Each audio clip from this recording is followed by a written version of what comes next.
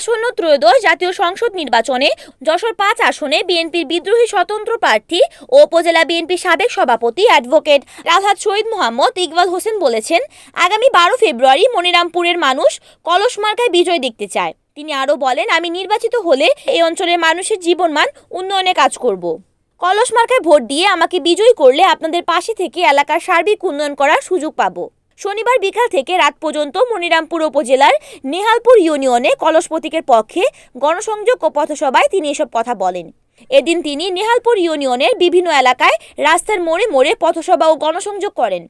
গণসংযোগকালে তার সঙ্গে বিপুল সংখ্যক নেতাকর্মী ও সাধারণ ভোটার উপস্থিত ছিলেন। এ সময় কলস মার্কার স্লোগানে নারী পুরুষের ব্যাপক সাড়া লক্ষ্য করা যায়। এদিকে ভোটাররা বলছেন, অ্যাডভোকেট শহীদ ইকবাল হোসেন কেবল একজন প্রার্থী নয়, তিনি আন্দোলন সংগ্রামে পরীক্ষিত একজন নেতা। দুঃসময়ে পাশে থাকা এই মানুষটিকেই তারা সংসদে পাঠাতে চান। এ সময় তার সফরসঙ্গী হিসেবে উপস্থিত ছিলেন পৌর বিএনপির নেতা আব্দুল হাই, উপজেলা বিএনপির নেতা নাজমুল হক লিটন, ঢাকা বিশ্ববিদ্যালয়ের সাবেক ছাত্রনেতা শফিকুল বারী শফিক, ঢাকা আইনজীবী সমিতির কার্যনির্বাহী সদস্য এপিপি অ্যাডভোকেট মোহাম্মদ শামসুজ্জাহান দীপু, কেন্দ্রীয় ছাত্রদলের সাবেক ছাত্রনেতা অলোক দে, সাধারণ সম্পাদক খলিলুর রহমান সহ ইউনিয়ন বিএনপি, যুবদল ও ছাত্রদলের বিভিন্ন পর্যায়ের নেতাকর্মীরা। কলস প্রতীক নিয়ে আপনাদের মাঝে এসেছি।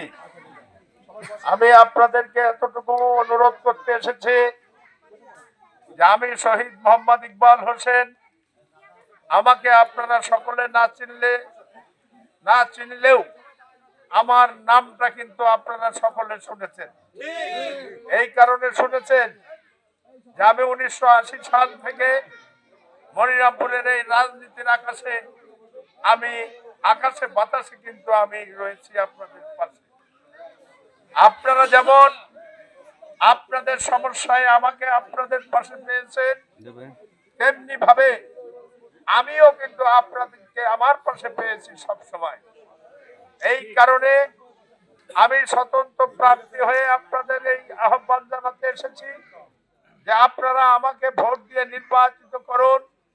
আমি যে উদ্দেশ্য নিয়ে মনিরামপুরের যে বৃহৎ জনগোষ্ঠী, এই বৃহৎ জনগোষ্ঠীকে পিছিয়ে পড়া যে জনগোষ্ঠীকে তার স্বাবলম্বী করে তোলার যে লক্ষ্য এবং হিন্দু মুসলিমের ঐক্য গড়ে তুলে সাম্প্রদায়িক সম্প্রীতি গড়ে তোলার যে লক্ষ্য এবং আপনাদের বিশেষ করে এই অঞ্চলের যে দুঃখ ভবদার সমস্যার স্থায়ী সমাধানের লক্ষ্যে কাজ করা, এটাই হচ্ছে কিন্তু আমার মূল উদ্দেশ্য। তাই আমি আপনাদেরকে বলবো যে আগামী ত্রয়োদশ জাতীয় সংসদ নির্বাচনে আমার স্বতন্ত্র প্রতীক কলস প্রতীকে ভোট দিয়ে আমাকে নির্বাচিত করে একটি আধুনিক মনিরামপুর, একটি মানবিক মনিরামপুর, সন্ত্রাস মুক্ত, চাঁদাবাজ মুক্ত একটি মনিরামপুর গড়ে তোলার জন্য সহযোগিতা করুন। রিপোর্ট করেছেন যশোর জেলা প্রতিনিধি উত্তম চক্রবর্তী, NN টিভি।